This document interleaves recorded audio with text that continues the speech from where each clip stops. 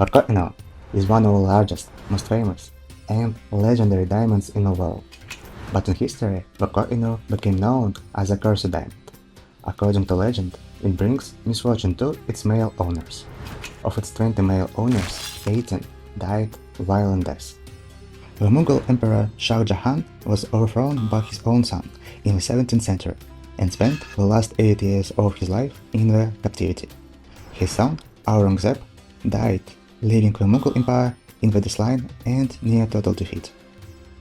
Another owner of Kohinoor, Nader Shah, the Persian ruler, became paranoid and was killed by his own officers. Then Shah Shuja Durrani, the ruler of Afghanistan, was overthrown by his people and fled his country. Finally, Duleep Singh, the last Maharaja of Punjab, was forced to give his country and the Koh-i-Noor diamond to the British. And for more than 100 years now, only women in the British royal family have worn the Koh-i-Noor. Today, let's try to follow the difficult history of a diamond and try to understand the myths around it.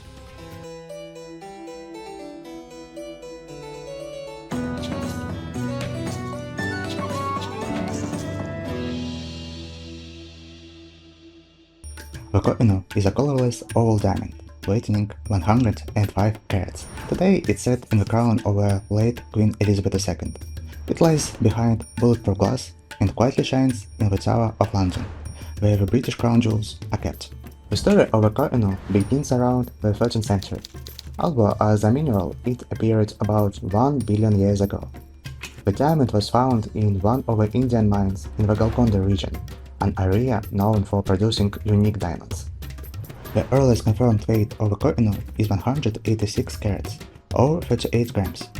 To help you understand the size, the photo shows a ring with a 4-carat diamond. The price of such a ring depends on the quality of the diamond, but it can cost about $100,000.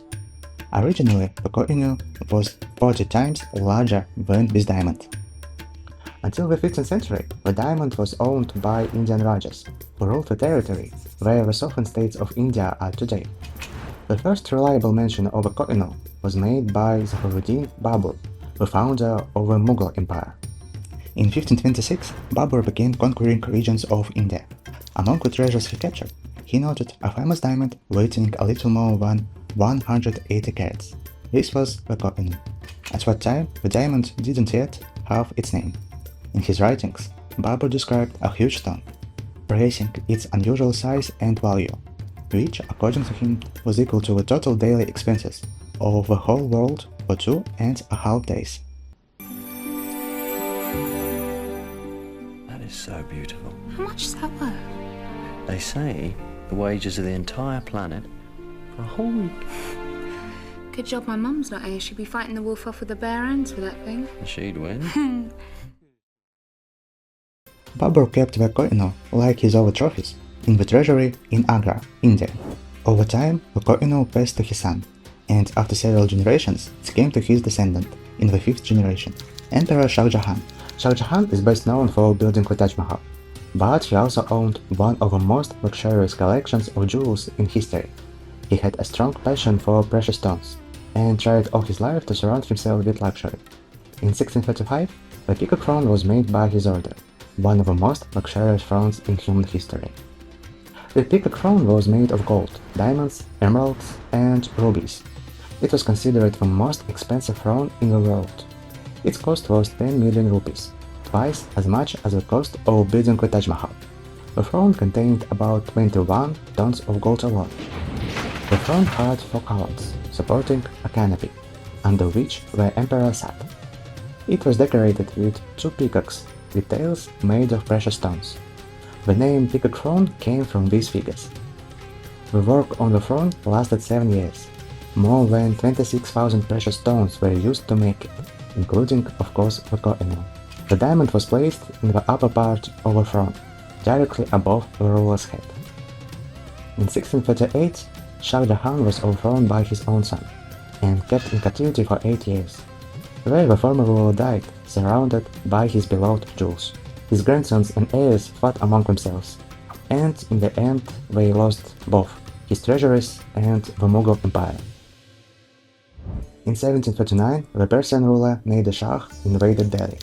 He captured the Peacock throne and all the treasures of the Mughals. The throne was taken apart, and all its gold and precious stones were taken from it. When Nader Shah saw the huge diamond shining brightly in the light, he exclaimed, Koh-i-Noor. In Persian and Urdu, this means mountain of light.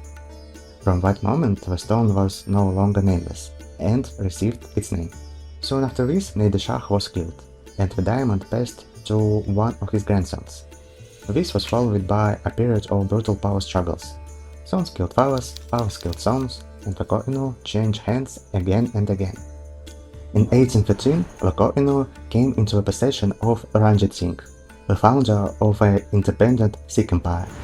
He obtained the diamond by forcing the overthrown Afghan ruler Shah Shuja Durrani, who was seeking refuge with him, to give the stone as thanks for protection. When Ranjit Singh first received the diamond, he fixed the Kohinoor to the front of his turban, mounted an elephant, and rode several times through the main streets of the city, so his people could see the diamond in his possession. In his palace, the diamond was kept not in the treasury, but in a secret place, under a bedroom, a place that only 3 people could access. After Ranjit Singh's death, a struggle for power, murders, and intrigue began in the Sikh Empire. Members of the dynasty almost destroyed each other. As a result, the ruler of the Sikh Empire became the last surviving heir of Ranjit Singh, the 10-year-old Dulip Singh. On March 29, 1839, Maharaja Dulip Singh was escorted to the mirror throne hall of the Shish Mahal Palace. The boy found himself surrounded by a group of strong men in red uniforms and feathered hats, speaking a language he didn't understand. At a public ceremony, Dulip Singh signed a formal act of submission, announcing the annexation of the Sikh Empire by Britain. A few minutes later, the flag of the Sikh Empire was lowered, and the flag of the British Empire was raised above the palace gates. The document signed by the 10-year-old Maharaja transferred large parts of the Sikh Empire to the British East India Company, as well as the object considered the most valuable in the entire subcontinent, the Kohinoor diamond. Official documents say that along with the territory, he voluntarily gave the Kohinoor to the British Crown as a gift. However, the reality was darker. His mother was imprisoned, all his advisors were killed, and the boy himself was given no real choice. Sign the document or you will not stay alive. As an adult, Dulip Singh made attempts to get the Kohinoor back, but all of them failed. In 1850, the Kohinoor was sent to Britain, to Queen Victoria. The diamond was transported to England on the ship HMS Medea, under strict security measures. One of these measures was placing the diamond in a large iron safe. The safe was locked with 4 keys, 2 were kept by the captain, and 2 by his officers. They're keys. And I'll bet one of them fits that door. And here began another series of events, which later led people to call the Kohinoor cursed. On April 6, the ship left Bombay for England, but 10 days after departure, a cholera outbreak started on board. 2 over 135 crew members were found dead in the hold, and others began to complain of nausea. At that time, cholera outbreaks could destroy entire crews, and surrounded by the Indian Ocean, the captain of the Medea could do nothing to stop the spread of the disease. The captain decided to land in Mauritius to get food and medicine. But when the ship approached the island, frightening local residents threatened to open fire on it. They were afraid that the British would bring the disease to the island. Exhausted and sick with fever, the crew of the Medea continued their journey to England without treatment or medicine. But after leaving Mauritius, the ship faced a new danger. It sailed directly into a huge storm. Strong winds threw the crew across the ship, and the rigging was stretched to its limits. The storm was so powerful that at one point the Medea was in danger of breaking apart completely.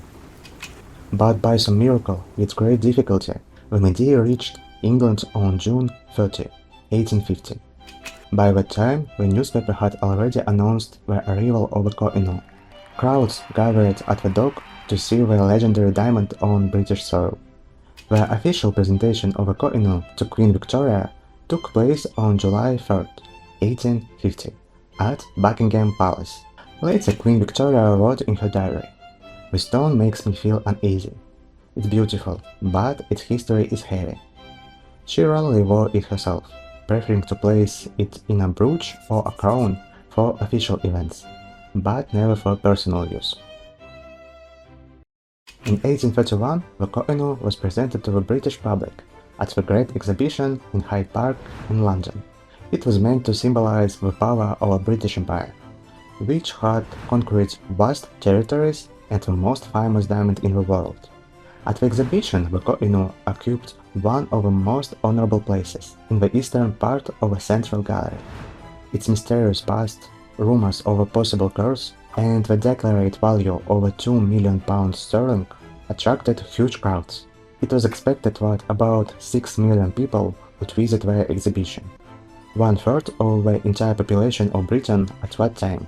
But something unexpected happened. When the exhibition opened, visitors who had read in newspapers about a huge shining diamond, a mountain of light, and a magnificent powerful stone were completely disappointed. They expected a dazzling sparkle, but the stone, displayed in a simple case with gaslighting, looked dull and almost unattractive. Because of its old cut, the diamond looked very unimpressive by the standards of the time. People who managed to get closer to the Kohinoor were left disappointed. Newspapers wrote about people's total disappointment. The magazine Punch even called it ironically the Mountain of Darkness. Soon visitors began to turn away from the Kohinoor. An interesting fact: at the same exhibition, the first public toilets attracted much more interest than the Kohinoor. To somehow fix the situation, Prince Albert, Queen Victoria's husband, insisted on recutting the Kohinoor. During the cutting, the stone lost about 33% of its weight, decreasing from 186 carats to 108.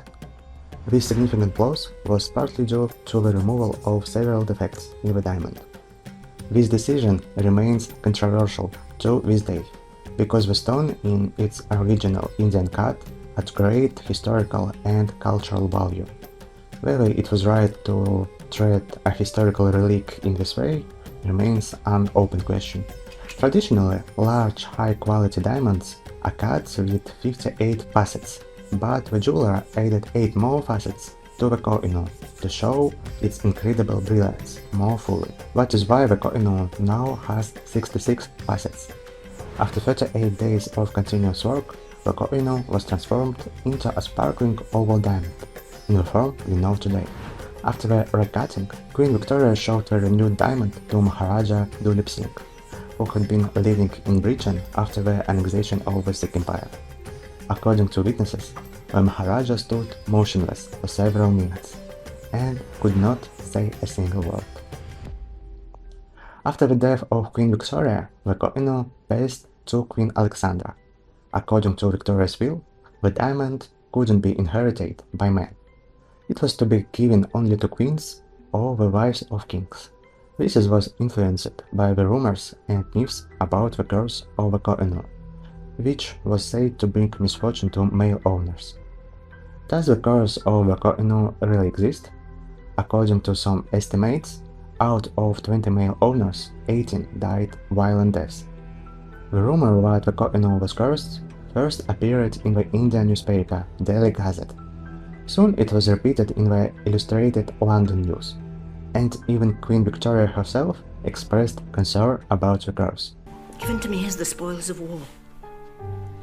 Perhaps its legend is now coming true. It is said that whoever owns it must surely die.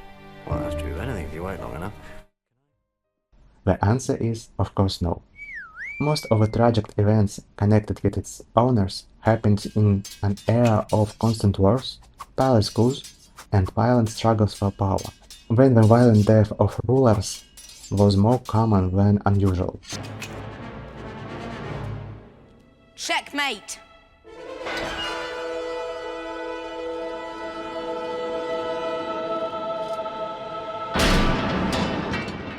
The diamond almost always belonged to people who were already at the top of unstable empires.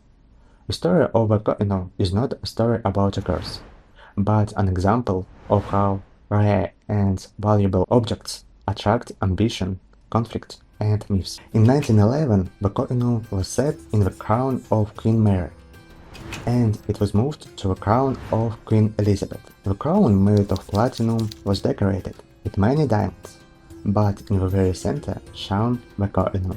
Because of its fame and all the myths and legends around it, the Kohinoor has often inspired popular culture. It appeared in one of Agatha Christie's early detective novels, The Secret of Chimneys. In the novel, the diamond is stolen from the Tower of London, and the search for it became one of the central parts of the story. In 2006, the Kohinoor appeared in an episode of the science fiction series Doctor Who, where its history was given supernatural elements. Hardly the time to worry about your valuables.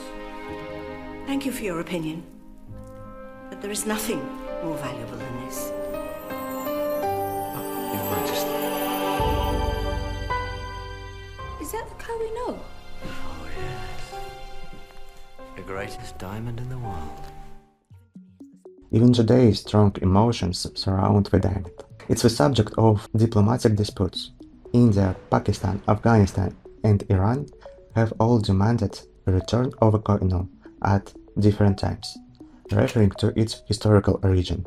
The dispute over the ownership of the Kohinoor is strongest in India, which considers its Indians' property taken during the colonial period. Britain, in turn, insists that the transfer of the Kohinoor in 1939 was legal.